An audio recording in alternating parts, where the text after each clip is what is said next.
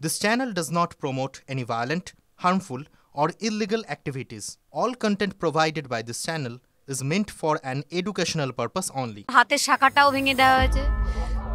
2024 9 August আমার গোটা দুনিয়াটাই হারিয়ে গেছে। আমার মেয়েকে মেরে ফেলা হয়েছে তার কাজের জায়গায়। কথা বলতেও ভয় পান আপনারা?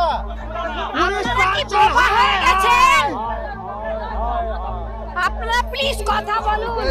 কয়েক সেকেন্ডের বক্তব্য, কিন্তু সেই বক্তব্যই যেন সব কিছু বলে দিচ্ছে। তাদের যন্ত্রণা, তাদের সন্তান হারা শূন্যতা, বিচারের জন্য প্রার্থনা। যন্ত্রণা থেকে বেরিয়ে আসছে মনে জমে থাকা ক্ষোভ। 9 আগস্ট থেকে আর 9 আগস্ট, পুরো একটা বছর। তিলোত্তমার মা বাবা সেদিনও যে জায়গায় দাঁড়িয়েছিলেন, আজও সেই একই জায়গায় দাঁড়িয়ে। অন্তত তিলোত্তমার মা বাবা তাই মনে করেন। ধর্ষক সঞ্জয় রায়ের আমৃত্যু কারাদণ্ড হয়েছে, কিন্তু তিলোত্তমার মা বাবার দাবি সঞ্জয় একা নয়, আরও অনেকে আছে। সরকার তাদের আড়াল করছে। সিবিআই রাজ্যের সেটিংও হয়ে গিয়েছে। এমন বিস্ফোরক কথা শোনা যাচ্ছে তাদের মুখে। আর এখান থেকেই লড়াই দুটো মানুষের। একটা সময় গোটা দেশ রাস্তায় নেমেছে, প্রতিবাদ করেছে। তবে সেই সময় যত গড়িয়েছে, কোথাও যেন ব্যস্ততার ভিড়ে ম্লান হয়ে যাচ্ছিল সেই লড়াই। কিন্তু মেয়ের বিচারের জন্য তারা তো লড়াই থামিয়ে দিতে পারেন না। দুয়ারে দুয়ারে ঘুরেছেন, সব রাজনৈতিক দলকে আহ্বান করেছেন, শুধু একটাই কারণে, মেয়ের বিচার চাই। আর এখানেই তাদের যা বর্তমান অবস্থান, তাদেরকে কেউ কেউ বলছেন তিলোত্তমার মা বাবা রাজনীতির চক্রভুঁয়ে নাকি আটকে পড়েছেন। সত্যিই কি তাই? চলুন দ্য ব্রিফিং রুমে আজ খুঁজে দেখা যাক কোথায় দাঁড়িয়ে রয়েছেন তিলোত্তমার মা বাবা, আর কোথায় দাঁড়িয়ে রাজনীতি। আপনাদের সঙ্গে আমি রয়েছি জয়দীপ। বড় হয়ে ডাক্তার হওয়ার স্বপ্ন ছিল, ডাক্তার হয়েও ছিলেন, কিন্তু একটা রাত তার সেই স্বপ্ন কেড়ে নিল। শুধু কেড়ে নেয়নি, ছিন্ন ভিন্ন করে দেয়।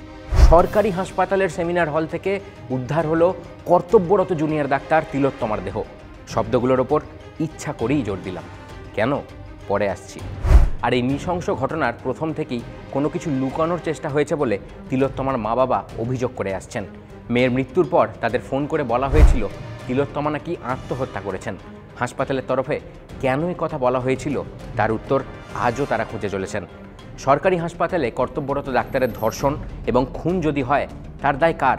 এই প্রশ্ন বারবার তুলছেন তিলোত্তমার মা বাবা। এবার একটু শুরু থেকে শুরু করা যাক। তিলোত্তমার বিচারের জন্য দেশ জুড়ে আন্দোলনের ঝড় ওঠে, আর পুরোটাই ছিল অরাজনৈতিক।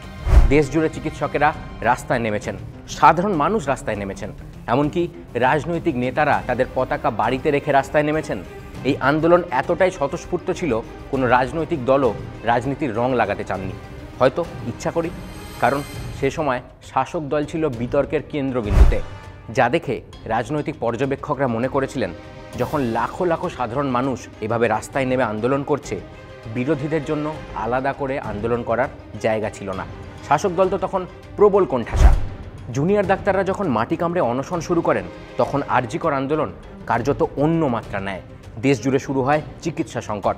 জুনিয়র ডাক্তাররা স্পষ্ট জানিয়ে দেন তাদের আন্দোলন কোনো রাজনৈতিক আন্দোলন নয়, চিকিৎসকদের নিরাপত্তার স্বার্থেই তাদের এই আন্দোলন। সিপিএম, বিজেপি, কংগ্রেস সবাই নৈতিক সমর্থন জানিয়েছিল, কিন্তু কোনোভাবেই রাজনীতি স্পর্শ করতে পারেনি এই আন্দোলনকে। অন্তত চিকিৎসকরা এই দাবি প্রথম থেকেই করে আসছেন। কলকাতা পুলিশ যতদূর তদন্ত এগিয়ে নিয়ে গিয়েছিল, তার থেকে এক পাও এগোতে পারেনি সিবিআই। এই অভিযোগ তুলে এবার তিলোত্তমার বিচারের দাবিতে রাস্তায় নামে তৃণমূলও। পাড়ায় পাড়ায় মিছিল থেকে রাজপথ, তৃণমূল নেতারা বিক্ষোভ দেখান। সিবিআইয়ের তদন্তকে হাতিয়ার করে বিজেপিকে কোণঠাসা করতে শুরু করেন তৃণমূল নেতারা। কোনো কোনো ক্ষেত্রে আন্দোলনকারী জুনিয়র ডাক্তাররা রোষের মুখেও পড়েন। এখানে বলে রাখা ভালো, আরজি করে তিলোত্তমার দেহ নিয়ে যাওয়ার সময় কিংবা রাত দখলের দিন মীনাক্ষী বা অগ্নিমিত্রা পালের মতো রাম বাম নেতাদের সক্রিয় ভূমিকায় দেখা গিয়েছিল। কিন্তু এসবই অরাজনৈতিক ব্যানারে রাজনৈতিক লড়াই। তখনও পর্যন্ত এই লড়াই তিলোত্তমার মা বাবার একার লড়াই ছিল না। আরজিকরের ঘটনার পর শতপ্রণোদিত মামলা করে সুপ্রিম কোর্ট। আরজিকর ঘটনার পরিপ্রেক্ষিতে চিকিৎসকদের নিরাপত্তার কথা ভেবে টাস্ক ফোর্স গঠন করে দেশের শীর্ষ আদালত। অন্যদিকে কলকাতা হাইকোর্টে চলে একই মামলা। কলকাতা পুলিশের মতো সঞ্জয় রায়কে মেন কালপ্রিট চিহ্নিত করে সিবিআইও। দোষী সাব্যস্ত হয় সঞ্জয় রায়, আমৃত্যু কারাদণ্ড দেওয়া হয়। এই রায়ে খুশি ছিলেন না তিলোত্তমার মা বাবা। তাদের দাবি আরও অনেকে যুক্ত রয়েছে এই ঘটনায়, রাজ্য সরকার আড়াল করতে চাইছে। আমার মেয়েটাকে আমার কাছ থেকে কেড়ে নিয়েছে, আজকে হাতের শাখা ভেঙে দিয়েছে।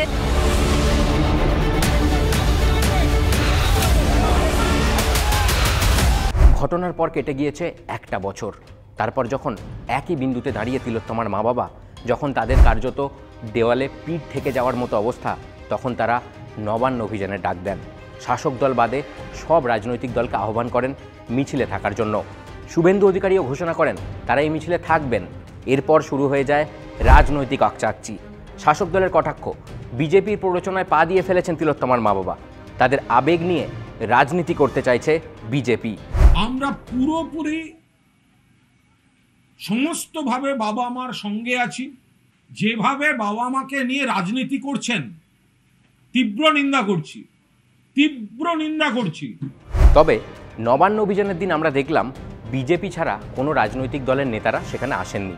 তাদের মতে বিজেপি এই মিছিলে সক্রিয় ভূমিকা নেওয়ায় তারা থাকবেন না, জুনিয়র ডাক্তাররাও ছিলেন না। তবে নবান্ন অভিযানে সাধারণ মানুষ পথে নামে, জাতীয় পতাকা হাতে বিজেপি নেতাকর্মীদের দেখা যায়। পুলিশ আন্দোলনকারীদের মধ্যে ধুমধুমার কাণ্ড বাঁধে। নিগৃহীত হন তিলোত্তমার মা, পুলিশও মার খায়। আর এই নিয়ে নতুন করে রাজনৈতিক চাপানুতর শুরু হয়ে যায়। বিধানসভার বিরোধী দলনেতা শুভেন্দু অধিকারী নবান্ন অভিযানে তিলোত্তমার মায়ের আক্রান্ত হওয়ার ঘটনা নিয়ে বিস্ফোরক অভিযোগ করেন। আসল কথা, বিনীত গোয়েলকে বাঁচাতে চায় মনোজ বার্মা। এরা এই দুটো উইটনেসকে খতম করতে চেয়েছিল যাতে এই কেসটা ক্লোজ হয়ে যায়। অভয় মঞ্চই রাজনীতি করছে, আমরা নয়। আমরা সবাইকে আহ্বান জানাই, অভয় মঞ্চকেও আজকে আসার জন্য আহ্বান জানিয়েছিলাম এবং কয়েকজন ডাক্তার, সিনিয়র ডাক্তার আমি দেখেছি এসেছিলেন এবং আমাদের সঙ্গে যারা হেঁটেছিলেন, যারা এই ব্যারিকেড ভেঙে, সেখানে তৃণমূলের কয়েকজন উপস্থিত ছিলেন। আমি তাদের পরিষ্কারভাবে চিনি এবং কয়েকজন মহিলা, তারা তৃণমূলের বিভিন্ন অঞ্চলের নেত্রী। কোন এলাকার কাকু? আমার সেটা একটু বললে মুশকিল আছে, ওদেরও তো একটা চাপ তৈরি হবে। এটা তো পরিষ্কার বোঝা যাচ্ছে যে সিপিএম এর হয়ে অভয় মঞ্চ রাজনীতি করছে। আমি এসইউসিআই এবং সিপিএমকে তাও বলেছিলাম যে আপনারা যদি যোগ দেন, আপনারা অন্য কোনো স্পট থেকে যোগ দেন, কোনো অসুবিধা নেই। কিন্তু তারা সেটা, সিপিএম এর লোককে খুব একটা দেখিনি। বাবা তো কথা বলছেন, কিন্তু কি ভাবছেন জুনিয়র ডাক্তাররা?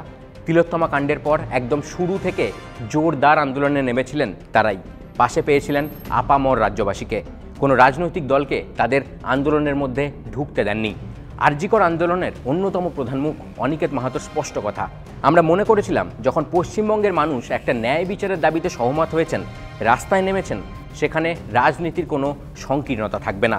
আমরা চাইনি কোনো রাজনৈতিক দল তাদের রং নিয়ে এই আন্দোলনে আসুক। এই আন্দোলন ছিল সবার। এখন তিলোত্তমার মা বাবার বক্তব্য শোনার পর জুনিয়র ডাক্তারদের কি মনে হচ্ছে বলুন তো?